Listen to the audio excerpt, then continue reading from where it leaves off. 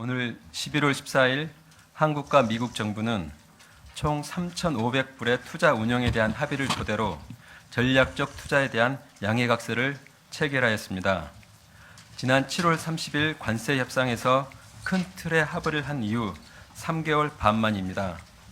합의 당일날까지 결과를 예견할 수 없었던 치열한 협상의 결과물인 전략적 투자에 관한 양해각서 주요 내용에 대해 설명드리겠습니다.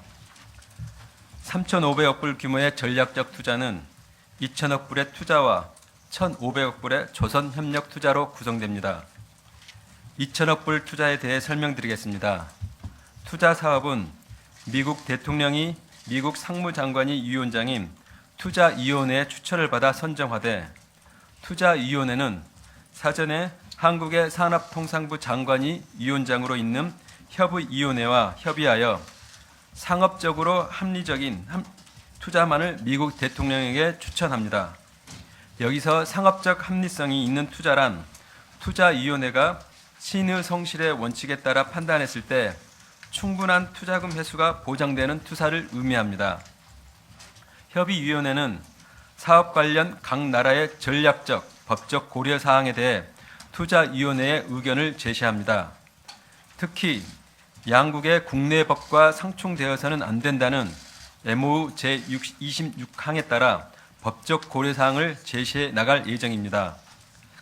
투자 분야는 양국의 경제 및 국가안보 이익을 증진시키는 분야로서 조선, 에너지, 반도체, 의약품, 핵심 광물, 인공지능, 양자 컴퓨팅 등입니다. 사업 선정은 트럼프 대통령 임기가 끝나는 2029년 1월까지 합니다. 사업 추진에 필요한 자금은 미국의 투자처 선정 통지를 받은 날로부터 최소 45 영업일이 경과한 날 납입합니다.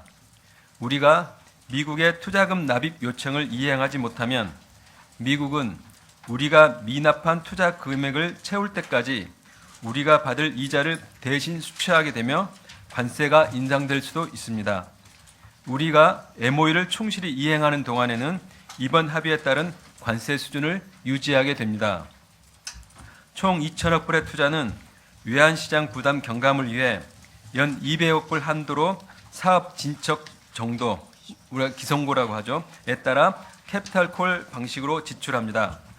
그럼에도 불구하고 외환시장 불안 등이 우려되는 경우에는 납입 시기나 규모 등 조정을 요구할 수 있도록 하였습니다. 미국은 사업 추진에 필요한 연방토지 임대, 용수, 전력 공급, 구매 계약 주선 및 규제 절차 가속화를 위해 노력하기로 하였습니다. 미국은 전체 프로젝트 관리를 위한 투자 SPV를 설립하고 개별 프로젝트별로 프로젝트 SPV를 설립합니다. 투자 SPV는 다수의 개별 프로젝트 SPV를 관리하는 우산형 SPV의 성격으로서 개별 프로젝트에서 발생하는 수익은 해당 프로젝트 SPV가 수취하고, 투자 SPV는 모든 프로젝트 SPV의 수익을 모아서 한국이 투자한 원금과 이자를 상환합니다.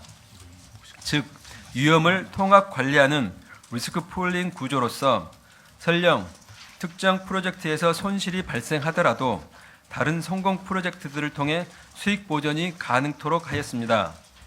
투자 수익 배분은 원리금 상환 전까지는 한국과 미국에 각각 5대5로 배분되고, 원리금 상환 이후부터는 한국과 미국에 각각 1대9로 비율로 배분됩니다. 다만 일정 기간 20년 내 전체 원리금 상환이 어려울 것으로 보일 경우 수익 배분 비율 조정도 가능하도록 하였습니다. 상환 이자율은 기준금리와 스프레드 합으로 구성되는데, 기준금리는 미국 국채 20년물 고정금리를 적용하고, 스프레드 상한은 미일이 합의한 스프레드보다 30 베이시스 포인트만큼 더한 값을 적용하기로 하였습니다. 미국은 프로젝트에 상품 서비스를 제공할 벤더 및 공급업체 선정 시 한국 업체를 우선하여야 하며, 개별 프로젝트별로 가능한 한국이 추천하는 한국 프로젝트 매니저를 선정하여야 합니다. 또한 투자 이행 과정에서 분쟁이나 갈등이 발생할 경우 협의위원회 등을 통해 최대한 우호적으로 해결해 나가기로 하였습니다. 1,500억 불의 조선협력투자 관련 투자위원회가 승인한 사업에 대해 한국 정부는 직접 또는 협의위원회를 통해 조선 분야 민간투자, 보증, 선박금융 등을 지원합니다. 여기에는 투자의 수익 배분 방식이 적용되지 않고 발생하는 모든 수익이 우리 기업에게 귀속되는 구조입니다. 조선협력투자에 대해서도 미국은 연방토지 임대, 용수 전력 공급, 구매 계약 주선 및 규제 절차 가속화를 위해 노력하기로 하였습니다. 3,500억 불 자금 조달 방안입니다. 정부는 특별법을 마련하여 대미 투자를 전담하는 특별기금을 설립할 계획입니다. 투자를 위해 기금이 직접 외화를 조달하며 외환시장 영향을 최소화하기 위해 기금이 외환시장에서 직접 매입하는 방식보다는 외화자산의 운용 수익을 활용하거나 외화 채권을 발행하는 등 다른 수단을 최우선으로 고려할 계획입니다. 이를 위해 특별법이 필요하며 법안에는 기본적으로 대미 투자 이행을 위한 특별기금의 설치, 투자 자금의 조달 및 운용 방식, 거버넌스 등에 관한 내용이 포함될 것입니다. 현재 특별법안 준비를 신속히 진행 중이며 관련 내용이 마련되는 대로 별도로 설명드리도록 하겠습니다. 전략적 투자 MOU를 통해 우리 측이 확보한 관세 인하 내용에 대해 설명드리겠습니다. 미국은 이미 상호 관세를 15%로 인하하여 8월 7일부터 시행 중입니다. 또한 MFN 관세가 15%를 초과하는 품목에 대해서도 한미 FTA를 충족하는 경우 15%의 관세만 부과됨을 명확히 하여 FTA 체결국으로서의 이점을 재확인하였습니다. 현재 부과 중인 자동차 부품 관세의 경우 25%에서 15%로 인하되며 목재 제품에 대한 232조 관세도 최대 15%로 조정됩니다. 향후 부과가 예고된 의약품 223조의 관세의 경우 최대 15%가 적용되고 반도체 및 반도체 장비에 대한 232조 관세의 경우 주요 경쟁 대상인 대만과 추후 타결할 합의에 비해 불리하지 않은 조건을 부여하기로 하였습니다. 아울러 특정 항공기 부품에 대해서는 상호 관세와 철강, 알루미늄, 구리 232조 관세를 면제하고 제네릭 의약품과 일부 천연자원 등 전략 품목에 대해서도 상호 관세를 면제하기로 하였습니다. 관세 인하 발효 시점과 관련하여 자동차 부품 관세는 전략적 투자 MOU 이행을 위한 법안이 국회에 제출되는 달에 1일자로 소급 적용되는 것으로 양국 간 이해가 일치된 상황입니다. 목재 제품 232조 관세 인하, 그리고 항공기 부품에 대한 상호 관세와 항공기 부품에 들어가는 철강, 알루미늄, 구리 232조 관세 면제는 한미 전략적 투자 MOU 서명일부터 발효됩니다. 제네릭 의약품, 일부 천연자원 등 전략 품목에 대한 상호 관세 면제는 연내 개최하기로 한 한미 FTA 공동위원회에서 공동 설명자료 조인트 팩트시트에 포함된 비관세 관련 이행 계획이 합의되는 시점부터 적용하기로 하였습니다. 미 측은 조만간 이러한 관세 인하 상세 내용을 연방 관보에 게재하기로 하였습니다. 이번 관세 합의에 따른 주요 성과에 대해 말씀드리겠습니다. 먼저 우리 대미 수출 및 우리 경제 불확실성을 완화하였습니다. 주력 수출 품목인 자동차 및 의약품 관세 15%, 그리고 반도체도 대만보다 불리하지 않은 대우를 확보하였고, 이에 더해 7월 30일 합의에 포함되지 않았던 목재 제품, 특정 항공기 부품, 제네릭 의약품, 일부 천연자원 등 전략 제품에 대한 관세 인하 및 철폐도 추가적으로 확보하여 수출 불확실성을 줄였습니다. 둘째, 상업적 합리성을 고려하여 원금 회수 가능성을 제고하는 장치를 마련하였습니다. 미국이 상업적 합리성이 있는 프로젝트만 추진할 수 있도록 하였고, 특정 프로젝트에 발생한 손실을 다른 성공 프로젝트 수익으로 보전할 수 있는 구조를 마련하였습니다. 원리금 상환이 어려울 것으로 보일 경우 우리 측 수익 배분 비율을 높여 상환 가능성을 높일 수 있도록 하였습니다. 셋째, 외환 시장에 대한 부담을 경감하였습니다. 투자는 미 측이 초기에 요구하였던 3,500억 불에서 2,000억 불로 43% 축소되었습니다. 또한 2029년 1월까지 투자를 하겠다는 약정만 하고 실제 자금을 그때까지 납입하는 것이 아닙니다.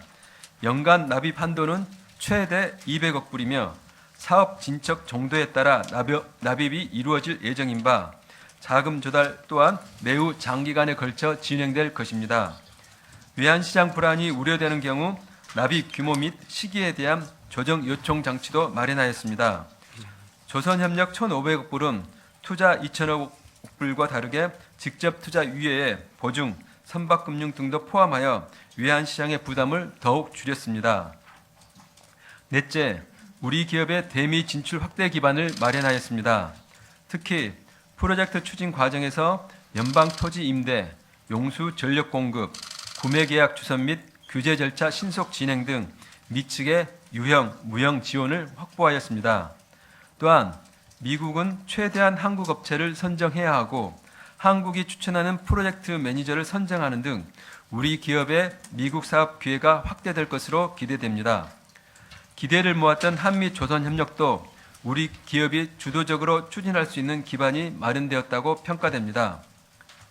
양측은 치열하게 협상을 해왔고 때로는 양측 간 입장차가 좁혀지지 않아 교책 상태에도 놓였었지만 결국은 우리 국력이 허용되는 범위 내에서 상업적 합리성의 원칙 하에서 사업이 추진될 수 있도록 상호 호혜적인 합의에 도달할 수 있었습니다. 그 결과 이번 관세 합의는 양국 간 신뢰관계가 더욱 공고해지는 계기가 되었습니다.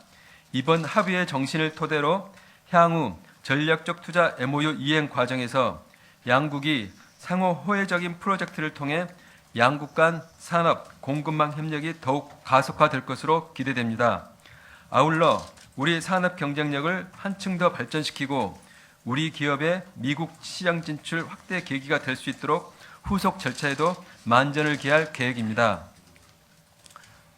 마지막으로 우선 지난 3개월 반 동안 관세 협상을 지켜보면서 응원해 주신 우리 국민 여러분께 감사의 말씀을 전하고 싶습니다.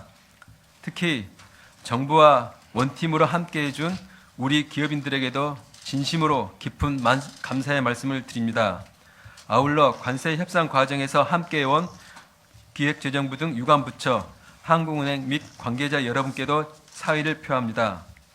무엇보다 3,500억 불이 우리 기업에 도움이 되고 국익에 부합하게 사용될 수 있도록 앞으로도 최선의 노력을 다하겠습니다. 마지막으로 언론인 여러분께서도 저희가 국익에 부합하게 협상에 임할 수 있도록 아낌없는 조언과 비판을 해주셔서 어려운 협상을 무사히 마무리할 수 있었다고 생각합니다. 깊이 감사드립니다.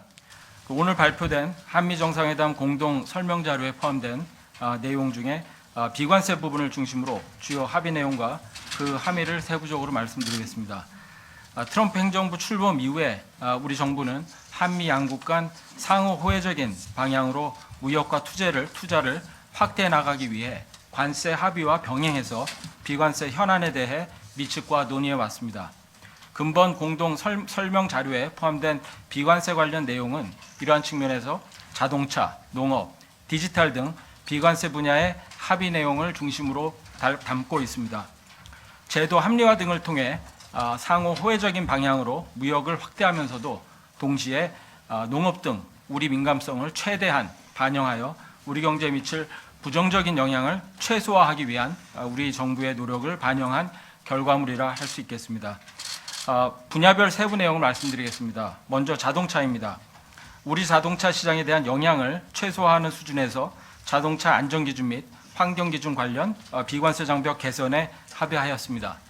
첫 번째, 한미 FTA에 따라 현재는 미국산 자동차에 대해 제작사별로 연간 5만 대까지 미국의 안전기준을 충족하는 경우 우리 안전기준을 충족한 것으로 인정해 왔는데 이 상한을 폐지하기로 하였습니다. 현재 매년 미국에서 수입되는 자동차가 모든 제작사를 합쳐도 5만 대에 미치지 못하는 현실을 감안할 때 이번 완화 조치에 따른 우리 자동차 시장의 영향은 제한적일 전망입니다. 둘째, 미국산 자동차에 대해 국내 배출가스 인정 시에 미 환경 당국에 제출하는 서류를 그대로 제출할 수 있도록 하여 행정상의 부담을 덜어주기로 하였습니다. 두 번째, 농산물입니다. 농업 분야에서는 쌀과 쇠고기를 비롯한 우리 농업 분야의 민감성을 감안하여 우리 농업 시장에 추가 개방이 없도록 철저히 방어하는 데 주안점을 두었습니다. 첫째, 기체결 양자 협정 및 의정서에 따른 의무를 충실히 이행키로 하였습니다. 이는 한미 FTA 및 수입 위생 조건 등 기존에 합의된 의무를 재확인하는 차원이며 새로운 의무를 부담하는 것은 아닙니다. 둘째, 생명공학 제품과 관련하여 위해성 심사 절차가 복잡하고 중복 자료 요구가 많다는 국내외의 이해관계자의 의견이 있었음을 감안해서 심사 기준과 자료 범위 등을 명확히 하는 가이드라인을 마련하여 절차를 개선할 계획입니다. 또한 미국이 신청하여 심사가 진행 중인 품목에 대해서는 객관적이고 과학적으로 관련 기준에 따라 심사를 완료해 나가기로 하였습니다. 국민의 건강과 안전을 최우선으로 고려하고 이해관계자와 소통해 나갈 예정입니다.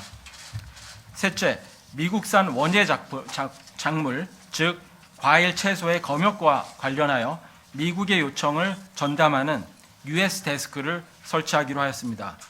이를 통해 한미 검역 당국 간 소통 및 협력이 강화될 것으로 기대합니다.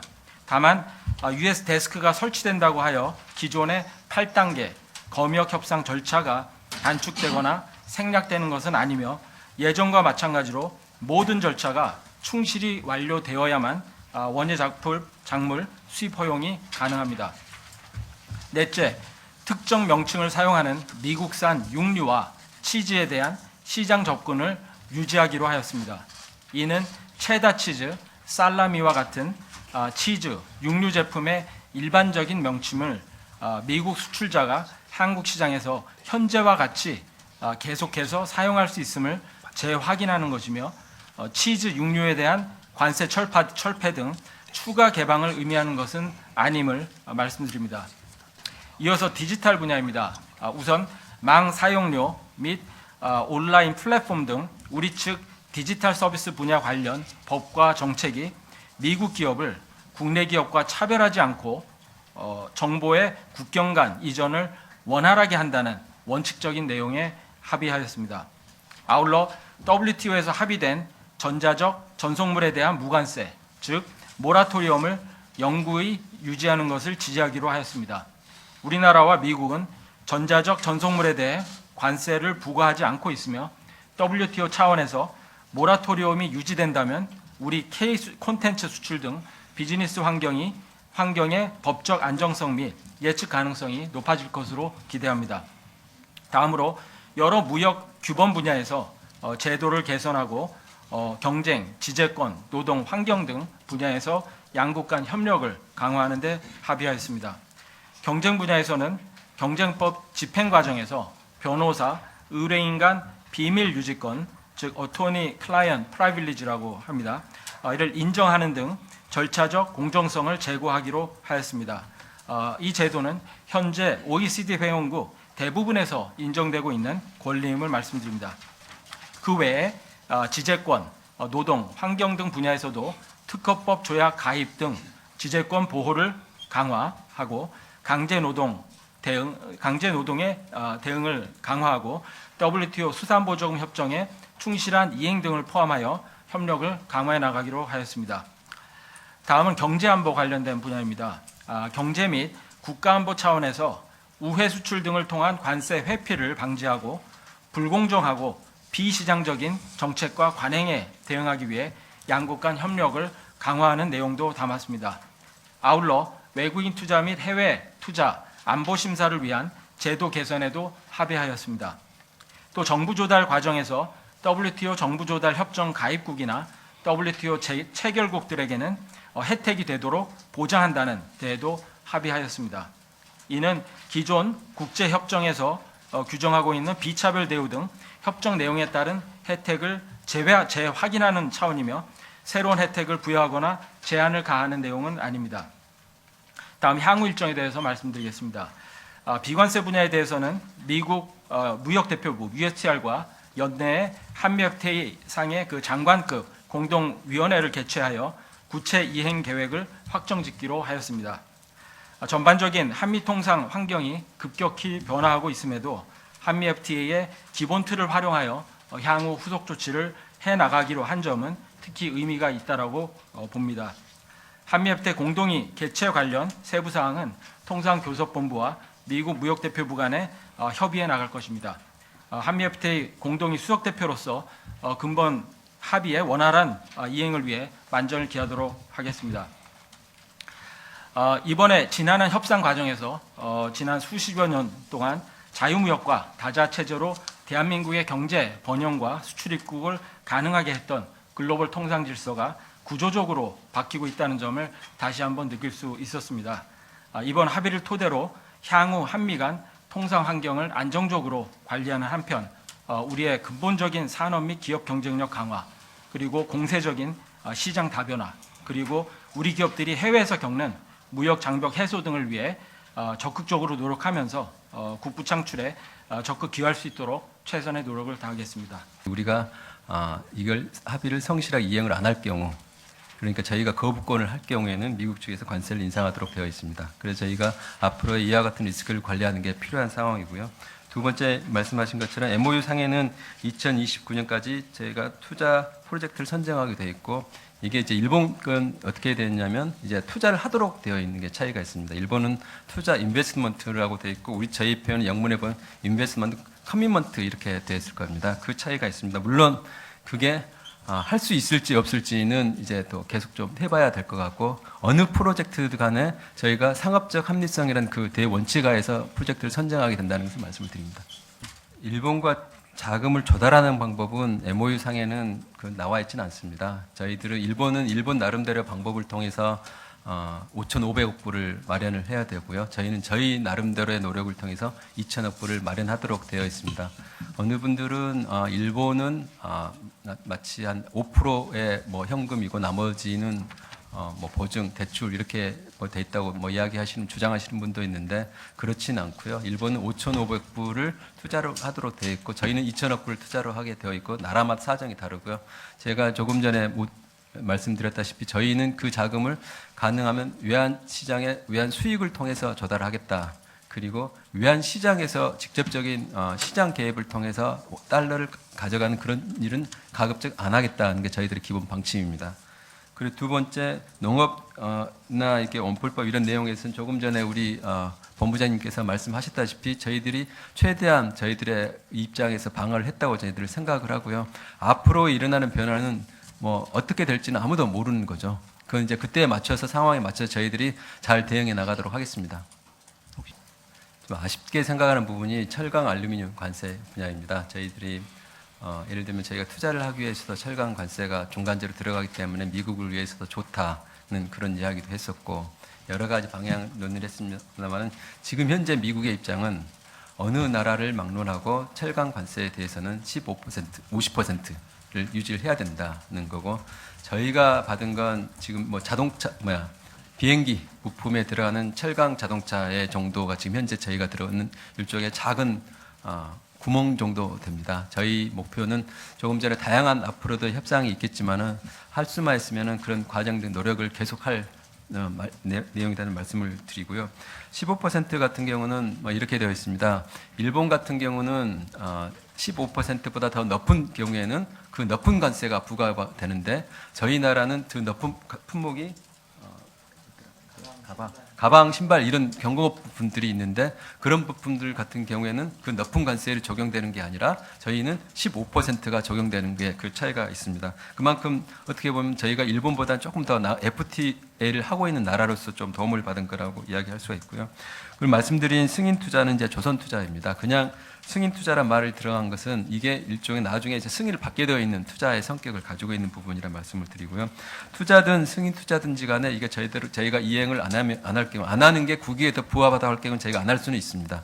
다만 미국 측 입장에서는 이와 같은 MOU에 따라서 관세를 인상할 수도 있다는 내용이 들어가 있습니다. 그래서 저희 입장에서는 이걸 성실하게 이행하는 게 나름대로 중요한 거고 앞으로도 리스크 관리가 필요하고 프로젝트 선정 과정에서 저희에 맞게끔 프로젝트가 최대한 저희 기업이나 우리 국익에 맞도록 하는 게 또 중요한 숙제인 부분이 있습니다. 네. 첨언 드리면요. 그 철강은 사실 우리가 협상 과정에서 우리의 진짜 굉장히 중요한 우선순위 하나로 놓고 계속 했습니다만 우리 장관님 말씀하신 것처럼 미국 입장이 특히 철강에 있어서는 아직 예외가 없다라는 그런 입장이었고 하지만 지금 EU라든가 영국이라든가 계속 이쪽에 어떤 미국과의 대화가 진행이 되고 있습니다. 그래서 저희는 이 철강 분야가 끝났다라고 생각하지 않고요. 앞으로도 계속 이 좀 글로벌한 그런 철강 관련 그런 협상이 진행되는 그런 상황을 계속 보면서 저희도 최대한 민첩하게 그렇게 대응할 계획입니다. 그리고 아까 승인 투자 관련해서 조금 한 말씀만 더 드리면 승인 투자에 정부가 해야 될 역할은 퍼실리테이터 지원하도록 되어 있습니다. 그러니까 돈을 지불하는 게 아니라 그래서 투자하고 승인 투자하고는 조금 성격이 다르다는 부분을 말씀을 드립니다. 죄송합니다. 질문 그러니까 답변을 하셔서 근데 문제는 승인 투자 관련해서는 사실 한국 기업이 뭔가를 안 할 경우에 승인 투자를 지원하지 못할 경우에라고 되어 있잖아요. 문서에. 이러면 기업 자체한테도 굉장히 큰 부담이 될 수 있다는 거죠. 정부에서는 뭐 어차피 기금을 마련하신다고 했으니 그것도 부담이시겠지만 제가 질문 취지는 정부와 기업이 너무 큰 부담을 안는 게 아니냐라는 질문 취지였습니다. 좋은 질문이신데 이 투자를 하고 있는 주체가 기업이 원해서 지금 투자를 하게 되어 있는 프로젝트들입니다. 여기 내용 성격 자체가 그러니까 성격이 좀 다르다고 볼 수 있을 것 같습니다. 기업이 부담이라기보다는 이건 철저하게 우리 주도로 지금 진행되는 프로젝트여서 물론 기업 입장에서 부담이 될 수도 있는데 저희가 정부가 지원을 할 수도 해야 될 거고 기업이 주도한 프로젝트라 만약에 기업이 부담이 된다면 안 해도 되는 아예 투자 자체를 안 해도 되는 성격입니다. 그 말씀드립니다. 비자 관련해가지고는 현재 지금 논의가 조금 더 진행 중에 있습니다. 미국 측에서도 굉장히 전향적으로 검토를 하고 있어서 이게 마무리되지 않은 것은 여러 가지 실무적인 내용이 조금 남아 있어서 지금 될 것 같고요. 아마 조만간에 그런 내용 비자 문제 관련돼서 발표할 수 있는 기회가 있을 거라고 생각을 합니다.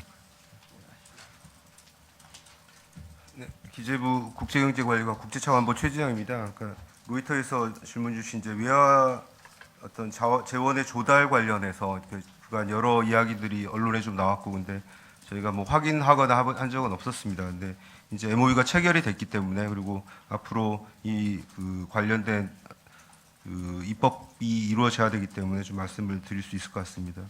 먼저 외화 자산의 운용 수익이라고 하는 거는 저희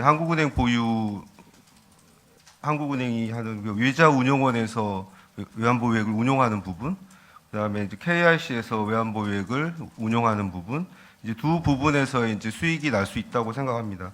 이 부분에 있어서 그간에 과거 한 4, 5년간의 기간을 보면 연간 한 150억 불에서 180억 불 수준의 수익이 있었으나 연도에 따라서는 국제 금융시장의 상황에 따라서는 이 정도의 수익이 없는 경우도 있었습니다.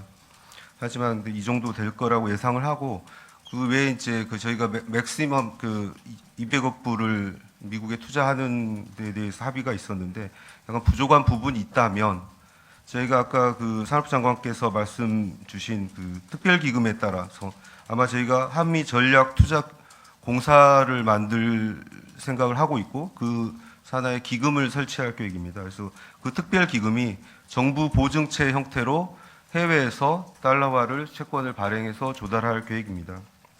네, 이렇게 말씀드릴 수 있는 상황에서 좀 첨언해서 좀 말씀을 드리면, 그러니까 오늘 팩트시트에도 나와 있듯이 외환 시장의 안정성이 굉장히 중요한 한미 간의 합의로 인식이 되어 있습니다. 팩트시트의 외환 시장 관련된 내용은 미국 재무부 그리고 한국 기재부 간의 협의와 이해를 바탕으로 이것이 또 산업부와 상무부 간의 이 사자 간의 어떤 합의라고 생각하시면 됩니다. 그래서 외환시장 안정이 굉장히 중요한 데 대해서 한미 정부 간의 합의가 있었고, 그리고 200억 불이라는 건 어디까지나 최대한의 한도라는 거고, 그걸 저희가 조달하기 위해 한국 정부는 최대한 노력을 할 것이고, 하지만 저희가 외환시장에서는 절대 이걸 조달하지 않는다라는 게 명시가 되어 있고, 그런 상황이 된다고 하면 저희는 아마 그 금액이나 아마 외환시장에 저희가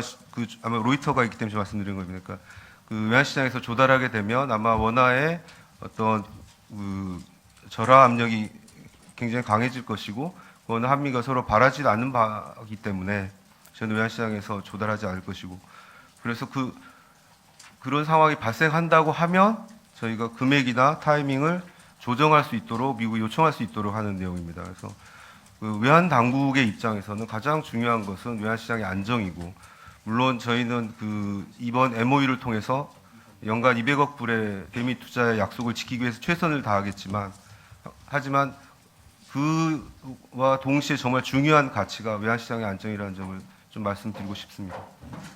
얘기를 하다가 이건 나중에 얘기를 하자 이런 식으로 해서 이게 빠진 건지, 아니면은 어떤 대화가 아예 오간 게 아닌 건지, 아니면 추후에 이게 포함될 가능성이 있는지, 조금 그 과정에서 어떤 얘기가 오갔는지 좀 궁금합니다. 알래스카 프로젝트 관련해서 여러 관심도 있고 있는 걸로 알고 있는데, 저희가 판단하는 기준은 이 상업적 합리성이라는 그 기준 하에서 지금 알래스카의 프로젝트가 지금 피드 결과가 타당성 조사가 아직 진행 중이고 아직 안 나와 있는 상황입니다. 그 결과를 보고 다시 한번 볼 예정이라고 말씀을 드리고, 현재로서는 저희들이 참여하거나 참여 안 하거나 그런 판단 자체가 아직은 될 수 없는 상황이고, 현재 기준에서는 상업적 합리성 기준에 따라서 상업적 합리성이 없기 때문에 저희는 참가하지 않을 거라는 걸 분명하게 말씀드립니다.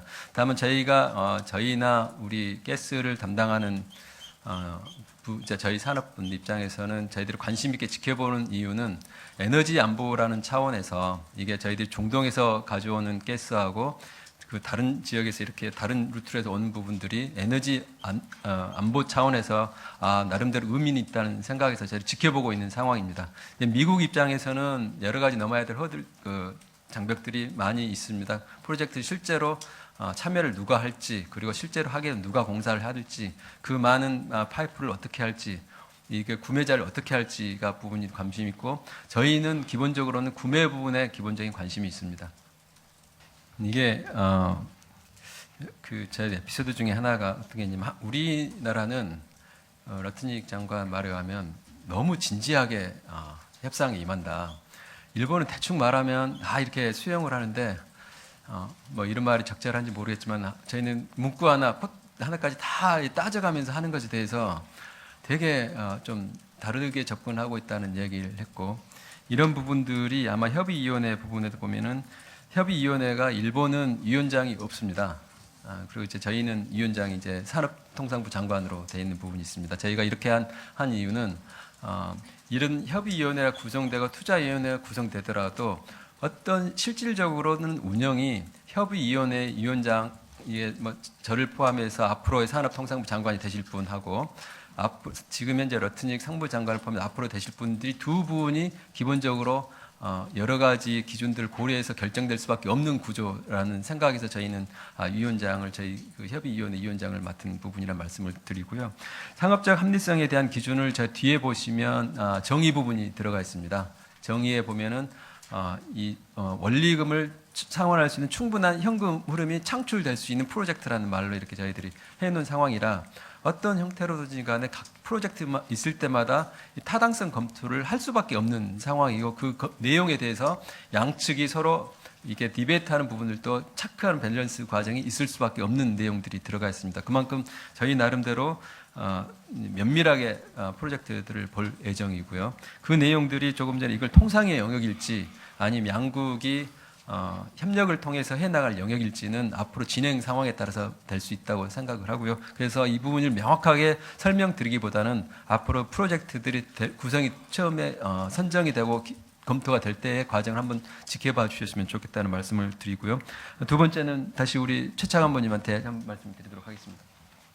네, 그 팩트 시트에 나와 있는 이제 그 외환 시장, 그리고 특히 원화의 그 움직임이 무질서한 상황이 됐을 때 이제 납입 시기와 금액을 요청할 수 있다라는 내용입니다. 그러니까 그 어떤 타겟을 할 수 있는 상황은 아니고요. 왜냐하면 환율이 어느 정도 됐을 때 트리거가 된다 보기는 어려운 거고, 다만 저희가 정상적인 상황으로 생각할 수 있는 거는 그 뭐 달러 인덱스와 원화의 움직임이 굉장히 동조적인 상황으로 움직이는 게 정상적인 상황이고, 특히나 저희하고 이제 뭐 경쟁 국가라고 할 수 있는 통화들의 움직임과 같이 비슷하게 움직인다면 정상적인 상황인데, 만약에 저희가 이 대미 투자를 이행하는 과정에서 뭐 보유액에 대한 뭐 컨선이 있다거나 대외 안정성에 대한 컨선이 있는 그 하나가 있을 수 있고, 두 번째로는 저희가 또 시장에서 매입을 해야 되는 상황이 올 수도 있는데, 자 그렇다 그러면 여러 거시적인 상황이나 다른 재반 여건을 봤을 때